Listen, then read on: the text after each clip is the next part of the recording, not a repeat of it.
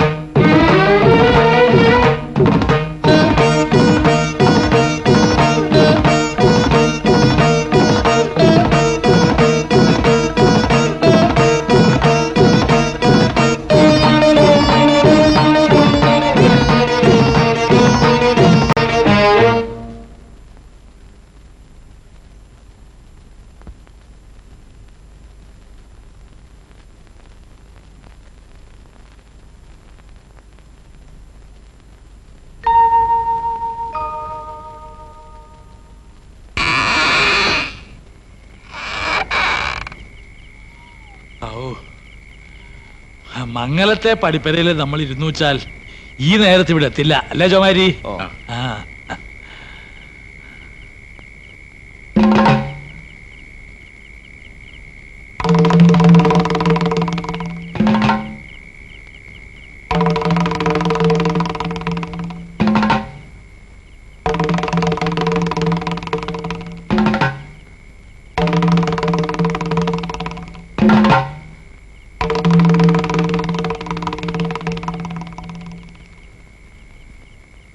ബിംബം തീർന്നാൽ വിളിക്കാൻ പറഞ്ഞിരുന്നു. എപ്പോഴായാലും നല്ല നേരത്തിന് എല്ലാവരും എത്തി.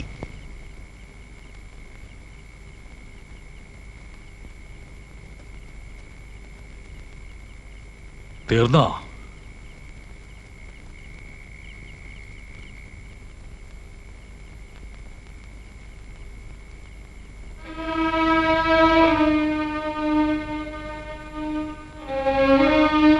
തെറ്റ്,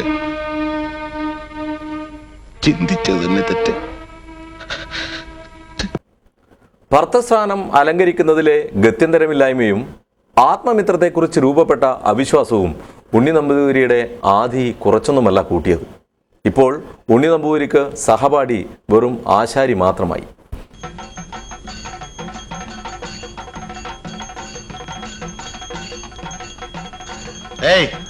വിഗ്രഹം എവിടെ? കലശം തുടങ്ങാനെടുത്തു. മകുടത്തിലൊരു വരി കൊത്താൻ ബാക്കി.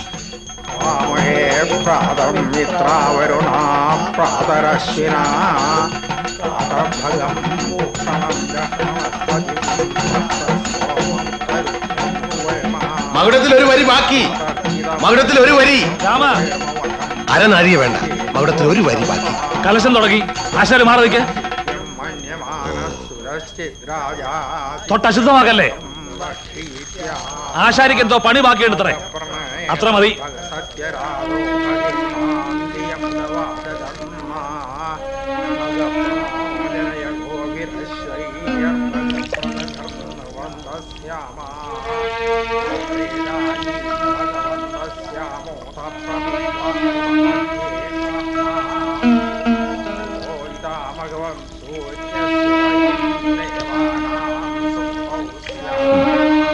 കല്ല് ദേവിയായി കഴിഞ്ഞു. അപ്പൊ ആശാരിമാരെ തീണ്ടാപ്പാടകലെ. തന്നെ ആവശ്യമില്ലാത്തിടത്ത് നിൽക്കേണ്ടതില്ലല്ലോ. തച്ചന്റെ അടുത്ത നിയോഗം ക്ഷേത്ര കൊടിമരത്തിൽ ഗരുഡനെ കൊത്താൻ. ദർശനത്തിനായി ഇതേ ക്ഷേത്രത്തിലേക്ക് ഭാർഗവി തമ്പുരാട്ടിയും എത്തുന്നു. ആരോ കാര്യമായിട്ട് തൊഴാൻ വന്നിട്ടുണ്ട്. കൊട്ടാരത്തിനാവും. ആരായ നിനക്കെന്താ? പിടിക്കേ.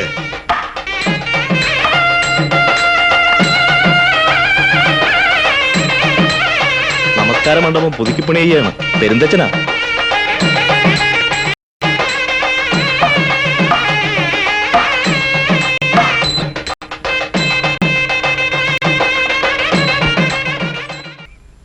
പുറപ്പെടാം. ഒരമ്പലത്തിൽ കൂടി കയറാനുണ്ട്. തച്ചൻ പണിത്തിരക്കിലാവും. ദാ വരണുണ്ട്.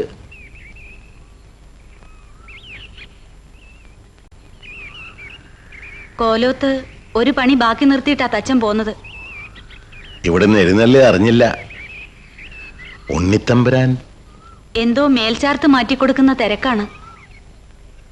സമ്മാനം വാങ്ങാതെ പോയത് ചിതമായില്ല.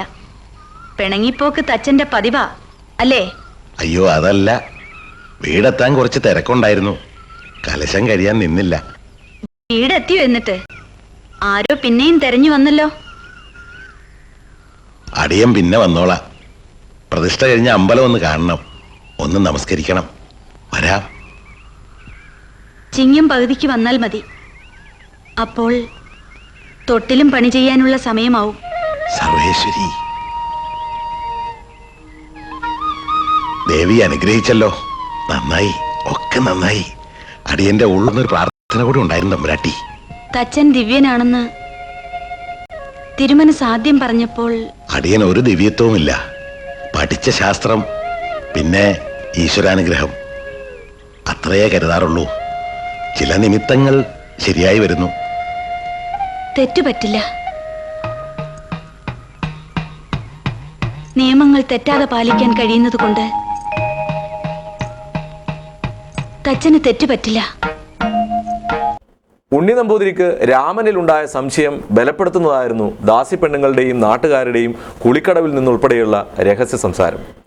അപകർഷതാബോധത്തിൽ നിന്ന് ഉടലെടുത്ത പകയും വിദ്വേഷവും ഉണ്ണി നമ്പൂതിരി തൻ്റെ വാക്കിലും നോക്കിലും പെരുപ്പിച്ചിരിക്കുന്നു. പ്രത്യേകിച്ച് രാമനോട്, പിന്നെ സഹധർമ്മിണിയോടും. ഒടുവിൽ അറിയേണ്ടിടത്തു നിന്ന് തന്നെ അറിഞ്ഞു യാഥാർത്ഥ്യം ഉണ്ണി നമ്പൂതിരി.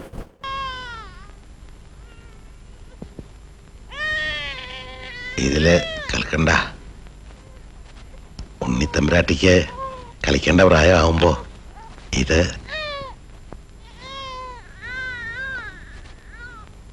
തമ്പുരാട്ടിക്ക് ഇപ്പോഴും ചെറുപ്പല്ലേ. ആൺപ്രജ ഇനിയും പറക്കാം, ചിറ്റാരിക്കാവലം അനുഗ്രഹിച്ചാൽ. അതാണോ ഒരു മൗഢ്യം? കാതൽ തികഞ്ഞ ചന്ദനം പുറംപറമ്പിലൊന്ന് കണ്ടുപടിയൻ. ഒരു കയ്യാളിനെ തന്നാൽ.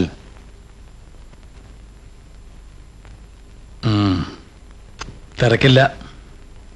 അതെന്താ തമ്പുരാൻ? തൊട്ടിലല്ലേ, ഏതാശാരി ഉണ്ടാക്കിയാലും കണക്കാണ്. ഉണ്ണിത്തമ്പുരാട്ടി അടിയനൊന്ന് കാണാൻ. ആണ്ടപ്പിറന്നാളിന് തൊഴിയിക്കാൻ കൊണ്ടുപോകുമ്പോ കാണാം. ആശാരി, മൂശാരി, തട്ടാൻ, കരുവാൻ ഇവർക്കൊക്കെ കാണാം. അതാ കോലത്തെ പതിവ്, ആചാരം. ആചാരം തെറ്റിക്കാനുള്ള അവകാശവും ഈ ആശാരിക്കുണ്ടെന്നാവും ഇനി പറയാൻ പോകുന്നത്. രാമ,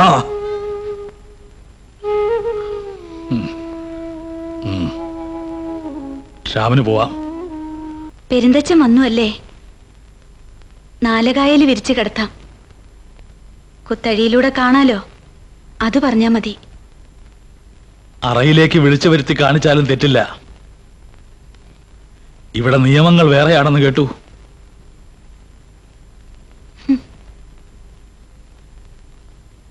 മുഴുവൻ മനസ്സിലായില്ല. ഉരപ്പരയിലും കൊളപ്പരയിലും ദാസിപ്പെണ്ണുങ്ങൾ പറയാൻ തുടങ്ങിയിട്ട്. നിയമം തെറ്റിക്കണമെങ്കിൽ അത് നേരത്തെ ആവാമായിരുന്നു. 16 കൊല്ലവും 12,000 പണവും ചെലവാവും വരെ കാത്തു നിൽക്കേണ്ടിയിരുന്നില്ല. അനുഗ്രഹിച്ചവരുടെയൊക്കെ ശാപവും ഏറ്റുവാങ്ങിയാലേ തൃപ്തിയാവൂ എന്നുണ്ടോ? പ്രസവിച്ചാലുടൻ വായുള്ള പിള്ളക്ക് പിഴക്കുമെന്ന് ഉപദേശിക്കുന്ന അച്ഛന് പിറന്ന മകനും ഏതാണ്ട് അച്ഛന് സമാനം തന്നെ. മാലോകർക്കെല്ലാം സർവസമ്മതനായ തച്ചന് സ്വന്തം കുഞ്ഞിൻ്റെ കാര്യത്തിൽ ശ്രദ്ധിക്കാൻ നേരം അശേഷമില്ല. കുട്ടിയുടെ കാര്യമറിയിക്കാൻ എത്തുന്ന ഭാര്യാ സഹോദരനോട് സംസാരിക്കാൻ പോലും രാമന് നേരമില്ല തന്നെ. പിന്നെ മകനോടുള്ള രാമന്റെ നിലപാടാണെങ്കിൽ. രാമേട്ടൻ എന്നാ വരിക? ഈ പണി അങ്ങോട്ട് കഴിയട്ടെ. ഒരു ബിംബം കൊത്തലേ ഉള്ളൂ. രാമേട്ടൻ എന്നാ തിരക്ക് കഴിയ? നവമിയുടെ അന്ന് പ്രതിഷ്ഠ, അത് കഴിഞ്ഞാ വരും. കുട്ടിക്ക് പേരിട്ടിട്ടില്ല, ചോറ് കൊടുത്തിട്ടില്ല. രാമേട്ടന് സൗകര്യമുള്ള ദിവസം പറഞ്ഞ 27 അംശിച്ച് മാറ്റി വരച്ചു നോക്കൂ. ശരി. വേണ്ട, ഞാൻ മാറ്റിത്തരാം. ദേവകിക്ക് ആലോചനകൾ പലതും വരണുണ്ട്. എനിക്ക് ദേശപ്പണികളുണ്ടാവും.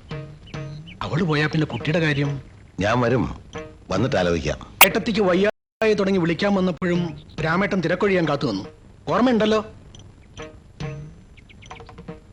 രാമേട്ടൻ കൃത്യമായിട്ടൊരു ദിവസം പറഞ്ഞാൽ ഇരിക്കെ. പ്രാസാദം ഒന്നുകൂടി ചെറുതാക്കണം. ഇരിക്കെ. ഭാര്യ പ്രസവത്തിലാ മരിച്ചത്. പക്ഷെ കുട്ടി ജീവിച്ചു. എന്ത് പ്രായായി? 2 തികയുന്നു. ജാതകം എങ്ങനെയുണ്ട്? തന്തയെ പോലെ തന്നെ കേവനാവും കണ്ടിട്ടുണ്ടാവും. ബഹുവിശേഷല്ലേ? ജാതകം നോക്കിയിട്ടില്ല. ഹായ്, അതാ നന്നായി. ഇപ്പോ പിറന്നപ്പോഴേ തള്ള പോയി. ഇനി ജാതകത്തിൽ തന്തയ്ക്ക് എന്തൊക്കെ കരുതി വെച്ചിട്ടുണ്ടെന്ന് അറിയില്ലല്ലോ. അപ്പോ ഗണിക്കാൻ വരട്ടെ എന്ന് വെച്ചു. സൗകര്യം പോലെ നോക്കാം. ഒടുവിൽ തിരക്കുകൾ കരുതി വന്നു.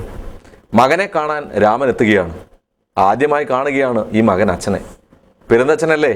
തുടങ്ങി ആദ്യാക്ഷരം മുതൽ. ഇവന് പേരിട്ടോ? ചടങ്ങൊന്നും ഉണ്ടായില്ല. ദേവകി കണ്ണൻ എന്ന് വിളിച്ചിരുന്നത് അങ്ങോട്ട് എല്ലാരും വിളിക്കാൻ തുടങ്ങി. വാ വാ കണ്ണ.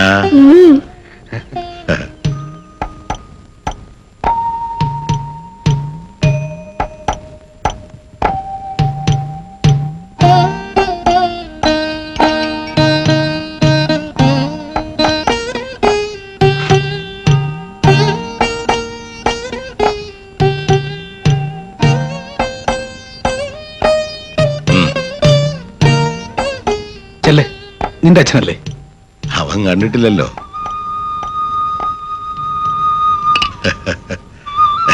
ഞാൻ കൊണ്ടുപോയിക്കോളാം. അവിടെ രാമേട്ടൻ ഒറ്റയ്ക്കാവുമ്പോ കൂടെ നിൽക്കട്ടെ. പണിസ്ഥലത്ത് എവിടെ ആയാലും ആഹാരം ഉണ്ടാവുമല്ലോ. അവന് വല്ല എഴുത്തും പഠിപ്പും ഒക്കെ കൂടെ നടക്കുമ്പോ കണ്ടും കേട്ടും ഒക്കെ പഠിക്കാം. അത് മതി നന്നാവാൻ, തലയിലെഴുത്തുണ്ടെങ്കിൽ.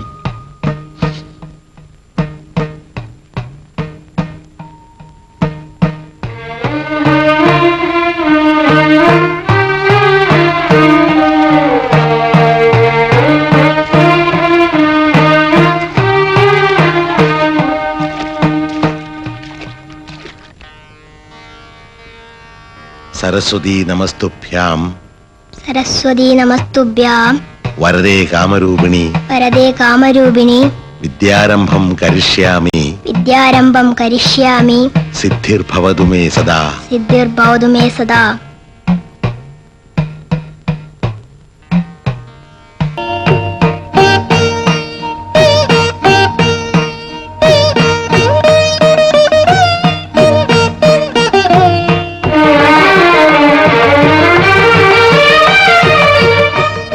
നമുക്ക് പഠിക്കാനുള്ള പാഠങ്ങളൊക്കെ പ്രകൃതിയുടെ മഹാഗ്രന്ഥത്തിലുണ്ട്. അതും ഗൃഹനിർമ്മാണമാണ്. പ്രായേണ ദാരിദ്ര്യഫല പ്രഭാസ്യാദ്. മനസ്സിലായില്ലേ? അഗ്നികോണ് മുതൽ വായുകോണ് വരെ താണിരിക്കുന്ന ഭൂമിയിലാകുമ്പോൾ ഫലം ദാരിദ്ര്യം. ഓർമ്മചിത്രത്തിൽ വീണ്ടും ഒരിടവേള.